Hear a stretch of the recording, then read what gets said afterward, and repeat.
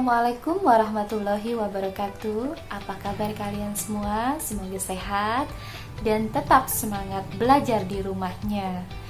Baik, kali ini pembahasan kita masih mengenai dengan buku fiksi dan buku non-fiksi. Kali ini materinya adalah tentang struktur fiksi atau disebut juga struktur teks fiksi dan juga struktur teks non-fiksi yang sama-sama berkaitan tentang buku fiksi dan non-fiksi. Baik, sekarang kita bahas struktur fiksi. Yang pertama adalah ada abstrak. Apa itu abstrak? Bagian abstrak ini boleh ada ataupun tidak ada, karena abstrak ini merupakan bagian pembuka. Yang kedua adalah orientasi. Bagian ini tentunya penting karena merupakan sebuah pengenalan awal cerita yang biasanya mengenalkan tokoh cerita tersebut, lalu latar cerita tersebut. Yang ketiga adalah komplikasi, merupakan konflik yang ada pada cerita tersebut. Yang keempat adalah evaluasi. Evaluasi ini adalah bagian dari pemecahan masalah dari konflik dari cerita tersebut. Yang kelima adalah resolusi. Resolusi adalah penyelesaian dari permasalahan tersebut di sebuah cerita. Dan yang keenam adalah koda, yaitu akhir cerita. Oke, itu dia ya. Selanjutnya, struktur non-fiksi. Kita lihat ada apa saja. Yang pertama adalah orientasi.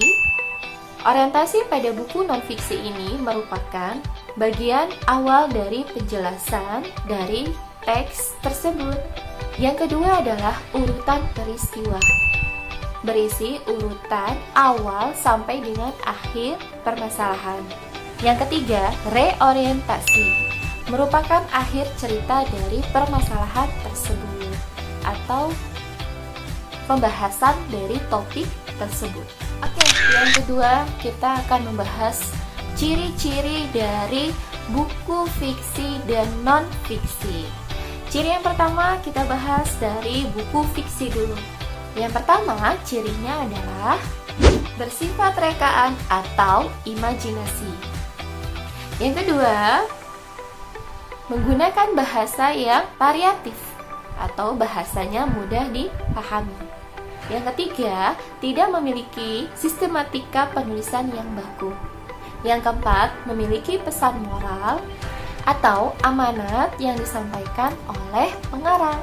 Yang kelima, ketika pembaca membaca buku tersebut, pembaca dapat merasakan apa yang sedang dibacakan.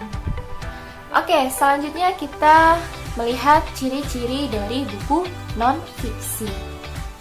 Yang pertama, cirinya adalah menyajikan temuan baru atau menyajikan temuan yang sudah ada dengan diperbarui melalui fakta.